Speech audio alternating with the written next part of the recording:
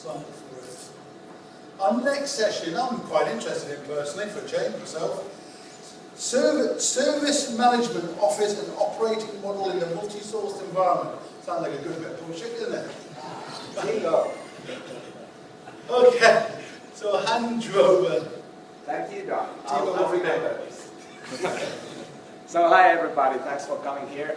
My name is Timo Tukanen and I come from Finland. All the way, flew in yesterday to Amsterdam. This is my 5th time in the UK conference, 2nd time speaking. And now I was thinking of sharing some ideas about service management office in multi-source environment. There's my background. I've been around. I've got some things in practice. I'm a very practical guy, sometimes too practical. But I've learned that with this tool that they give in iTool, it becomes extremely easy. No, it's very difficult. It seems to be extremely easy. They are very good tools. I'm currently working in a consultancy company called Gamma, and we are in Helsinki, but we are also in Sweden. Sweden is our home country, and we are in Manchester. We are about 40 people in Manchester. We have a small site also in Bangalore, and one guy in New Jersey. And what we do, we usually work for the customer. And that's where we have been building up these service management offices to manage the vendors in multi-source. So, I'll talk a little bit about background and reason. What on earth is a service management office? Yesterday, later in the evening, there was a very good discussion about project management office and service management office. What's the difference? Is it part of which is part of which? I have pictures right there. I talk about my findings of tasks and responsibilities of service management office. Some examples of key roles.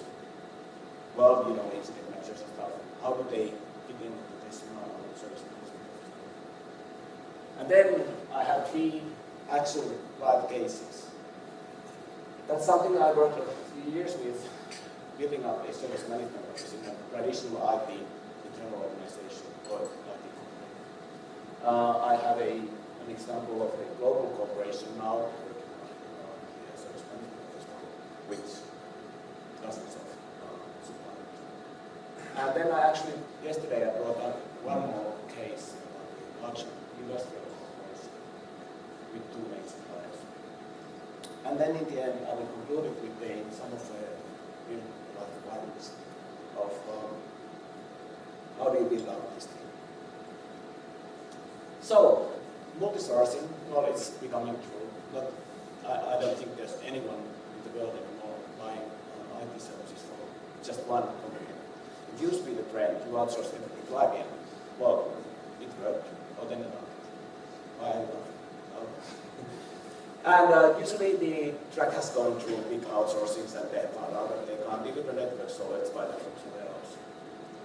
And in this multi-source environment, especially with service transition, designed by a good control, and that has to be retained in the customer organization.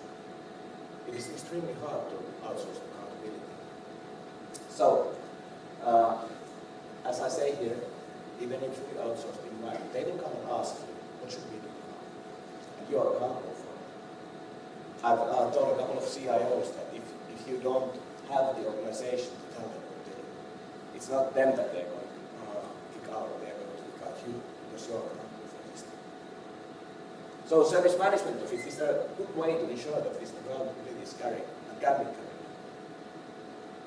And as I said, this is going to be based on really practical experiences. The definition, I was thinking of this. I was surfing around today, trying to find service management office definitions.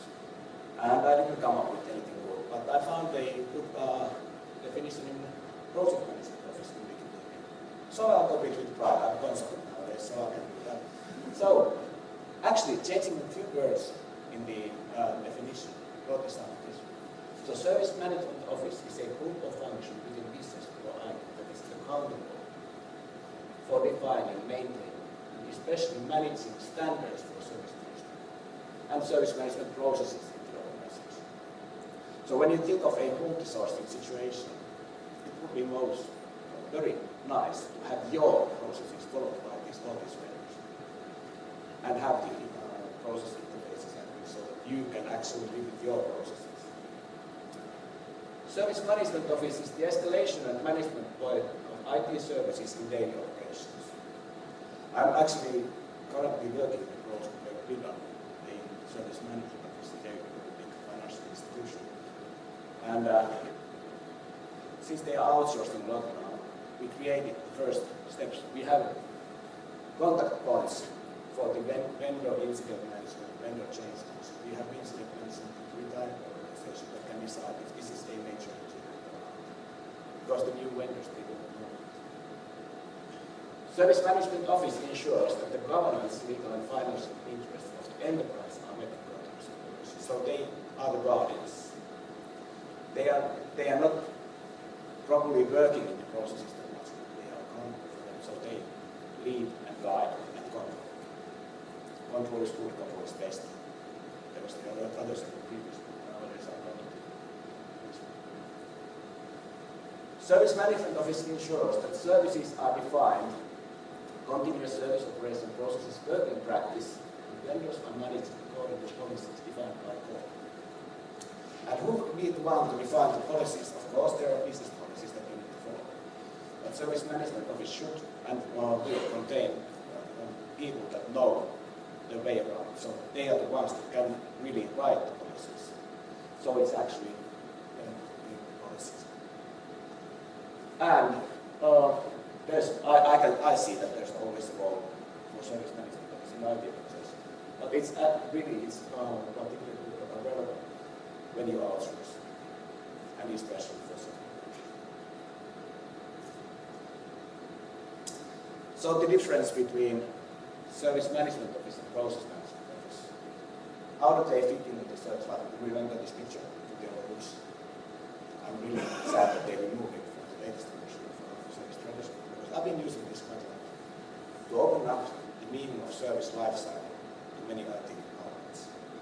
So project management office usually they work in transition. So applications or solutions are designed, then they come there, they are project transition project, and then they bring them into production, and then they open the chapters and operations suffer.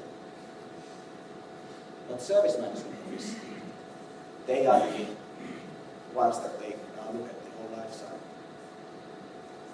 They look at it from the beginning, they create service design packages for the design and development people.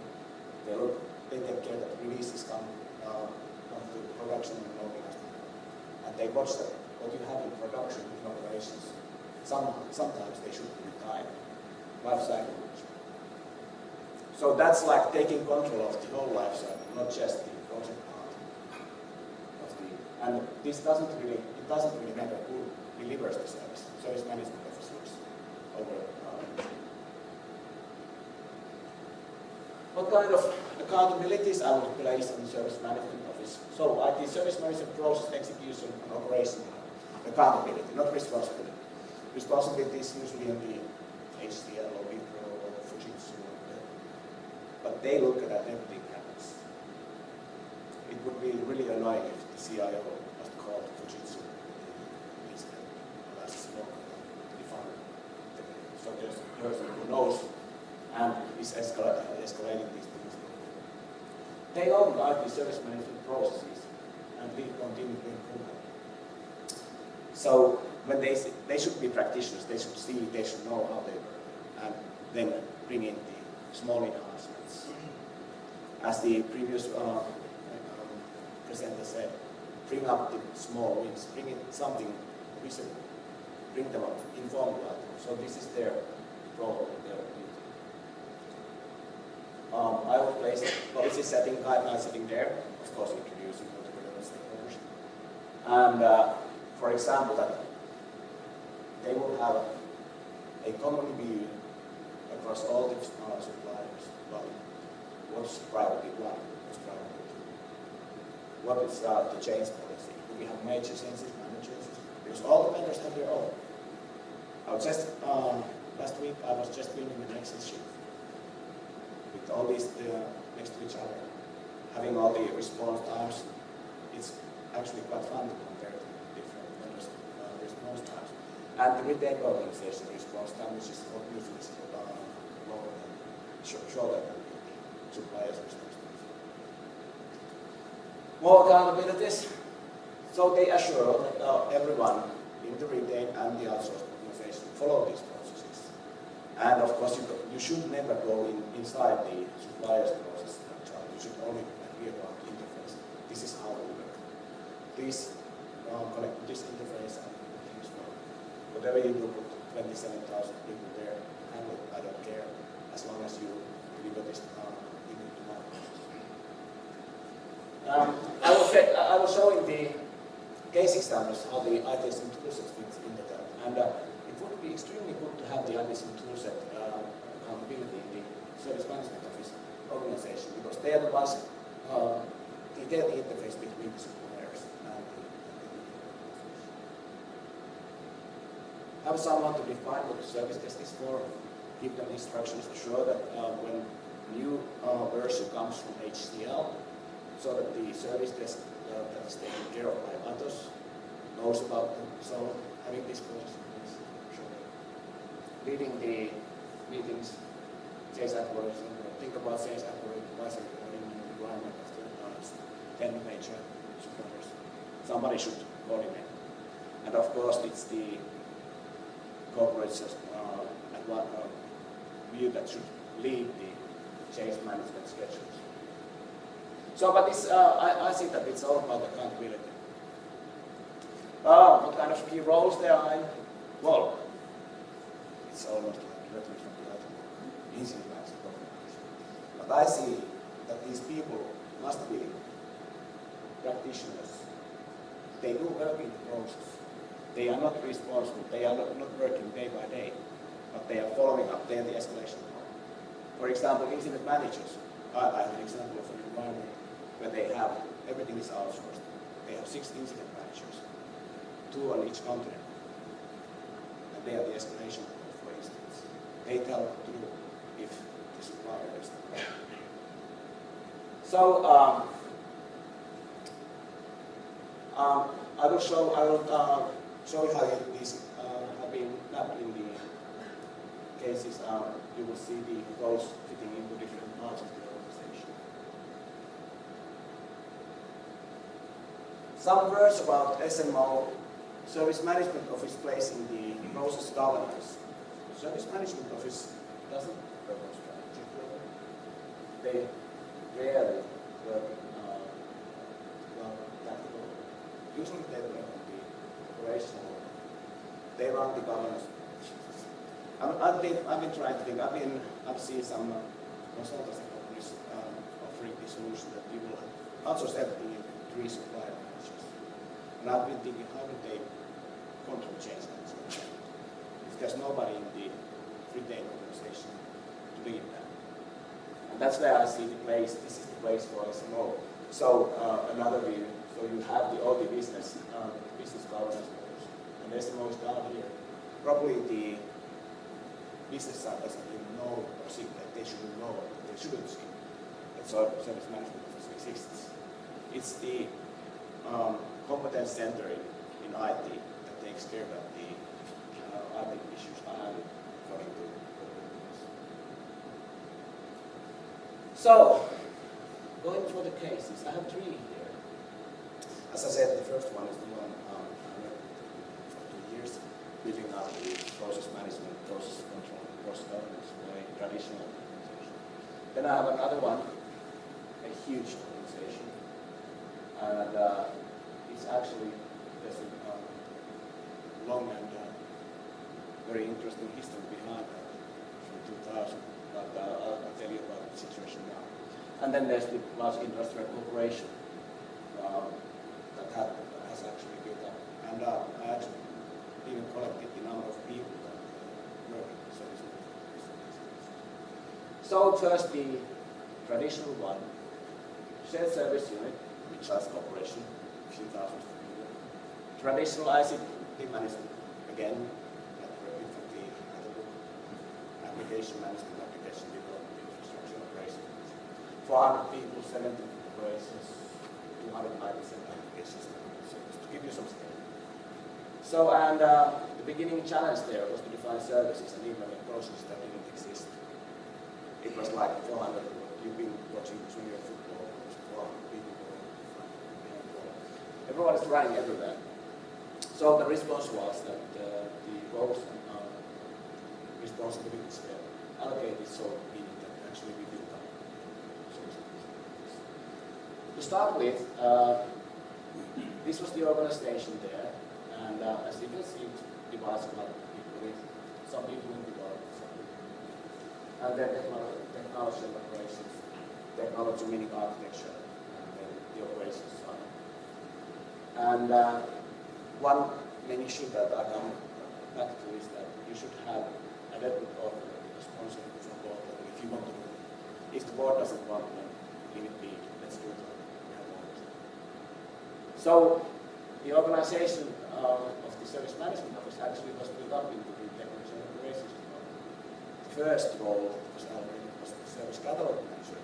When I joined this company project, I didn't know they had service descriptions, and I asked, what are you doing? And they please make me a service catalog. There was one person who knew how to do it. So she created the catalog. So then we started finding out these other managers, incident change managers. We set up the responsibility of tools in one part of the organization. Named a problem manager in middleware team. And a configuration manager in consultants. And most important, release manager from application maintenance side. And they were not all full-time roles for everyone. Incident manager was a full-time role, and with some people to help her take over where she was working. Catalog manager 60%, release manager 80% of the time, program manager maybe 40%. It took 1 year to start program management. It took 1 year to bring in the service desk and the incident management with such condition that we could start program management on an organized way. There were these major incident meetings, and that was like the problem management thing that it was so great. And here you can see the amount of people allocated for these different roles. So it was a smallish organization. What kind of background did these people have? Because I noticed that it worked quite well. When we started this, none of them had any other training. And it was slightly hard to speak with these people because they didn't have the language. And so they were sent out to trainings. And actually that made that really fast because then they were really happy about it. They get into trainings. They had worked there for 20 years. Then they got into training that there are these models that show how other people have done. And they started to dig out the tools from other books. And it required that they didn't need to know the books, they needed to know them. And they were mostly part-time roles. People were selected only if they wanted to be there. They were not named. You want to change this. No. I watched the organization and picked up, would you want to be a program manager? It would mean that you would spend half of your working days with the program manager. And I would allocate you the time. And one thing that was very important in this building was that the accountability was assigned and assured so that they could trust that if they do something, for example, if change manager does something, there's somebody behind her to help her if something fails to support them. Okay, let's fix that. So that nobody blamed her for doing this. But I would say that this worked quite well. Another case on a global corporate, one of the multi-sources, I just actually checked out the amount of applications they have. I've reached all of the managers there. They said that thousands, but they couldn't even say how many thousands. Many thousands. 60,000 employees, 3 continents, 24,000. they do quite a lot of research and development. So this is the one I mentioned, that they made a full outsourcing for actually development in 2000. And soon it became obvious that they can't deliver everything, so they decided to go for multi-source. They have selected vendors for application management. I think they have different vendors for application development. Infrastructure comes from another service desk comes from. Actually, they have a dedicated service desk. This is their organization. This is their own people. So they are working with such companies as HCL, Wipro, Infosys, Cognos, well, Intel, and they have. So this is the organization for the retained organization managing the multi-source. I would say that this is quite a small number of people taking into account their thousands of applications. And well, that they need to develop. They need to be the business 100%. Infrastructure goes to different parts. They have networks come from somebody delivers the business. And the one that Colin said in this opening speech about customer service management, customer interface, they have 25 people to listen to the customers, listen to the business. But I will open these up a little bit more. So they have 25 people in the service management industry. And this is their vertical. So they have the process manager, process leads there, process practitioners. They own the tool. All their vendors use this tool one way or another. Either they integrate it or then they use it natively. This tool is outsourced to one. They maintain the tool. Service desk is outsourced to another one. But it's a dedicated service desk for this tool. So they have, it's actually quite a nice model. And so everything comes together here. So when there's something wrong, this organization can check their tool and know what is wrong. They are still on the way with the CMP people anyway. It's there. You can at least download the ticket, whichever supplier logs it in. And as I said, it's not them that they are going to kick out if something goes wrong. It's them.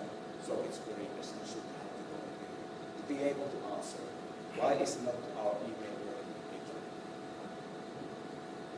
But about the organization, we have 25 people doing service management. As I said, as I mentioned, this is the company that has 60 managers. Being escalation points for the service desk manager. So managers though, service desk doesn't know these incidents. This is service desk manager calls these incidents. Problem change release, rules management.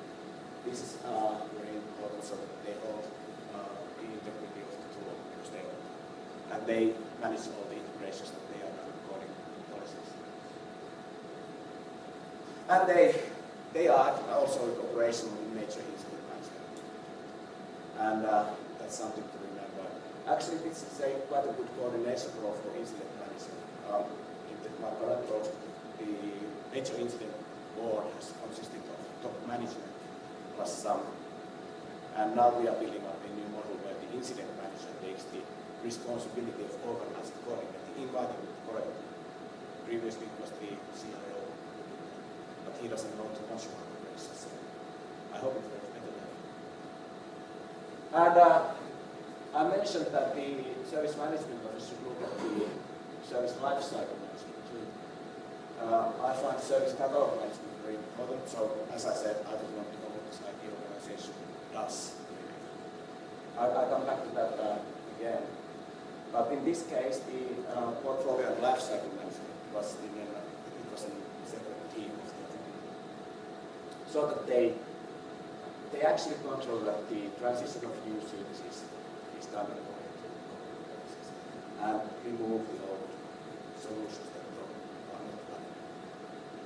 Kick out the service delivery managers that, okay, I know you have your application, but it's time for it to go. And the last case example, well, large, I don't know if this is large, but at least in Scandinavia, this is large, 15,000 employees. 4 billion euros, 500 applications, 20 services, 4,000 servers. 4 main sites actually in Sweden and 15 small So how they organize, they have an IT services department, 12 million euros, application maintenance and management organization. They have two main suppliers. They actually work with HCL and Fujitsu. Think about it, 23.5 million euros and 85 million. Another, they are really the main because other vendors are 3.5. And then the service management tools. Actually, that's 12 people. So that adds up. So they focus on the vendors, the integration with them. This is, luckily this is slightly easier because there are not too many of these people. So this is the main thing. But they do support also the retail organization. And when I saw this next slide, you will, okay, I will show it next slide. So they are really putting effort on business engagement. So this is the development. They organized the program portfolio management here, so they own also portfolio and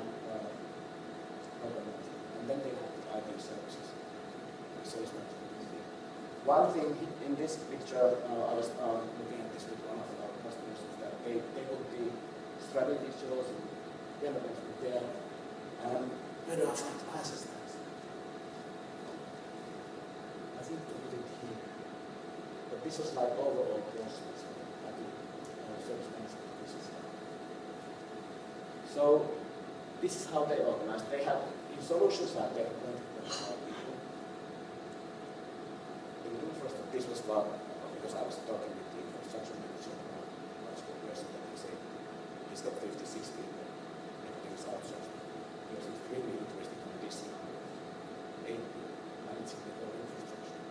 Because they have service management office of 12 people who takes care of the processes and the operations. So they basically, they define, they create the architecture, build out the infrastructure. So one more picture of how the service management here is divided. So they have 5 front behind the people that work with the other departments, and they have quite a lot of compliance control that really look at the vendor side. So these are the ones that can be shown to the customers and the suppliers, and these are the ones that we actually. And actually, many of them are here. So, the division service and business value is created in the IT organization, and then they have the cross-service process management service.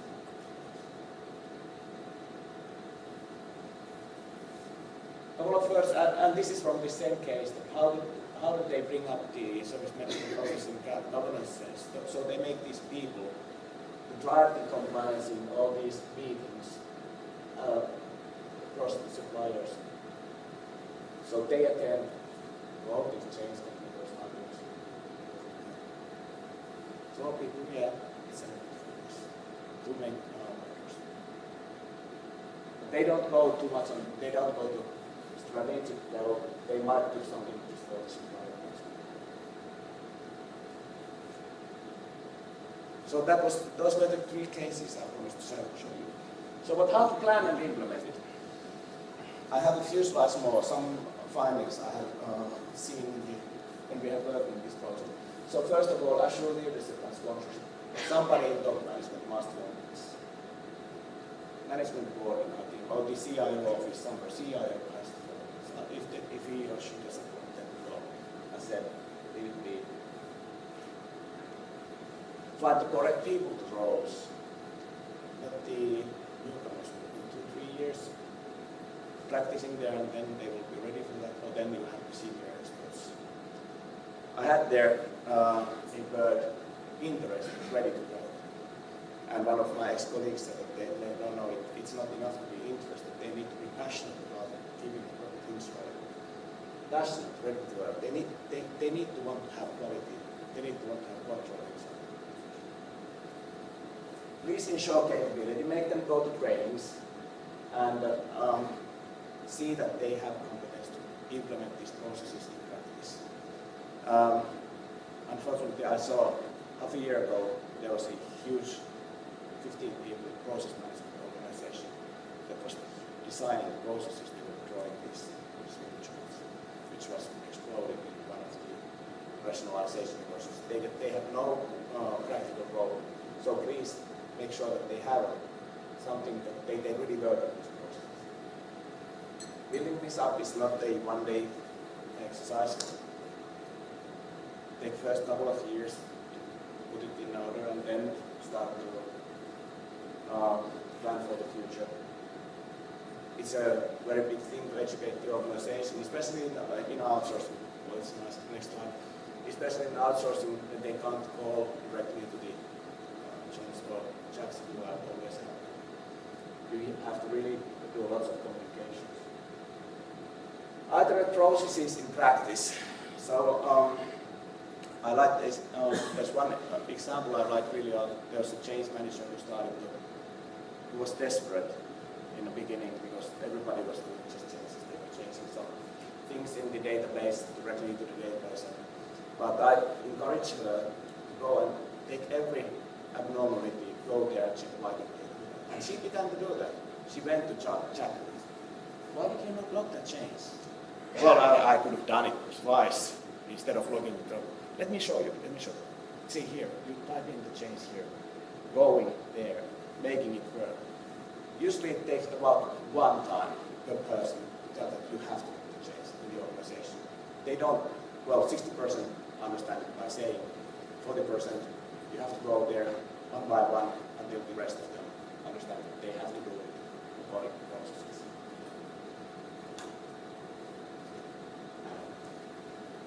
Especially configuration management takes time, and it should be done correctly. It's annoying. But starting with one service, it goes there. And please communicate. Tell everyone that this is how you make it. I have a list of minimum requirements, suppliers, in processes. I mean, when you're discussing about outsourcing, give them the minimum list. This is the process interface we want to talk. We want to have your change manager connected to our change manager. So I think I have 5 more slides. Example operating model. This is quite similar to the ones that I already showed. That you have the business side, you have an application development, maintenance, infrastructure, and service management goes through the whole picture. I drew here some of the example processes so that we have recognized. There are the processes between the IT organization and the customers. Then there are the IT organization internal ones, and then there are the service management processes that go across the retail organization and outsourcing organization. And the most difficult ones, the red ones. How do you make these suppliers work together? For example, with customer change. How do you make them contact each other instead of competing with each other? It requires talking, and it requires control from here. Now I say this, you're our supplier, you talk with them. Yes, I know they are, but you have to talk, because otherwise.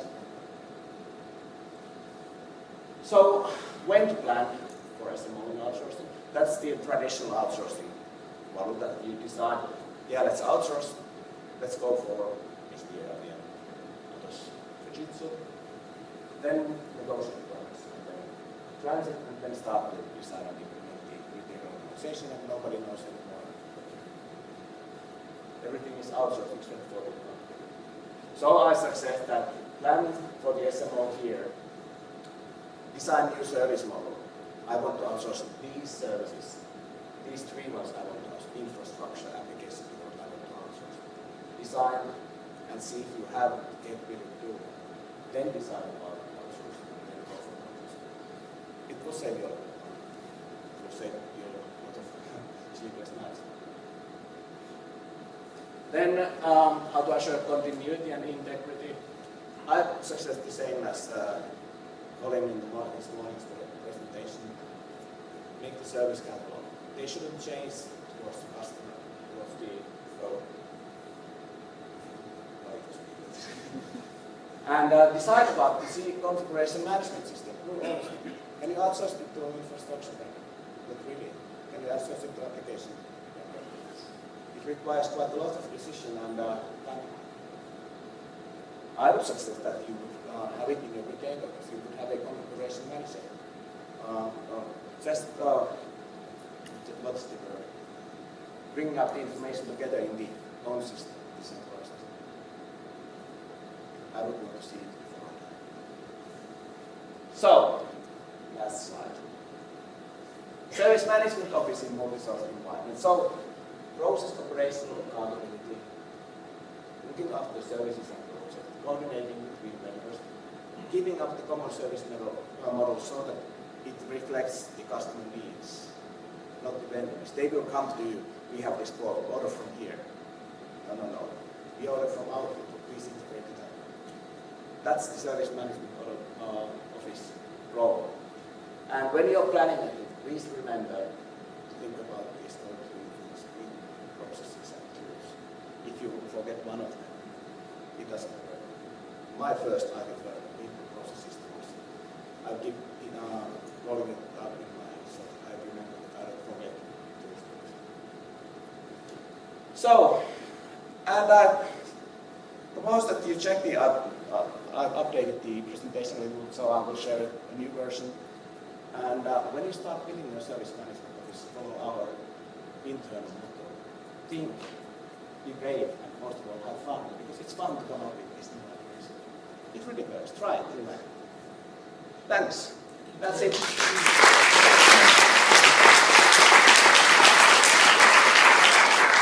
Unfortunately, we've just got time to these talks a lot. Well, we have whole lunch hour.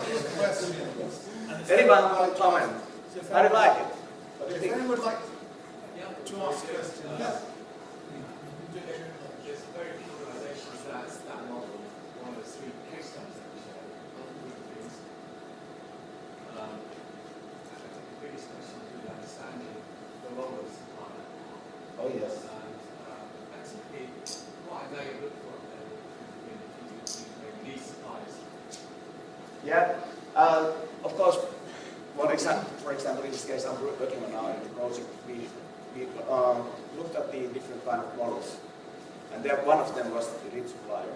But then you have all the legs in the one basket again. It might work, why not? But the accountability retains in your organization anyway. So you have to have someone there to say, it might be a smaller bunch of people. But as for the second or the third case, they have 12 people in service management. And if you want to talk more, there are a couple of our Tweetable guys there, the sad ones, there. We are in our stand, and Gareth here is working with the first, huge case. Timo, I just have a question to make. Yeah. Have you considered, you talk a lot about accountability, that's great. Have you considered using something like ISO 20001 to benchmark all of these competitors? The good ones give them more work, the crap ones throw them out. Yeah, not really. Actually, I have translated ISO 20000 to Finnish right now. I was in the translation. But so I know it would be good. It would be really good to be able to set up these standards. You have to be ISO 20000 compliant. But how many suppliers do you know there are? What we don't know is how many organizations are on the road certification. That would be interesting. I've not heard of them, at least in Finland. I think there are 3 in Finland. So basically what you're saying is we need to trust all of our suppliers. No, you have to have the confidence to check them. And that's what the service management office is called. Experienced senior people who know out there, like I know this vendor, they don't have it. Well, you don't have to trust them, you can manage them, which is what he was saying. Yes, you do trust them, you have to manage them. Yeah, you have to tell them what to do. If you don't give them the model, they won't do it, they will do it. Sir, one more. When you say service management office, what do you mean service integration? Oh yeah, actually service integration, it's one part of this big picture. I think service integration is slightly on the application management, service management level. So it's service management office would take care that all these things that in the integration are planned, that they are actually done. So it's a practical part of it. But yeah, I also think of service transition and release management, so that's part of SMO. But yes, you're right. They go together. But I would say that SMO assures that services can be.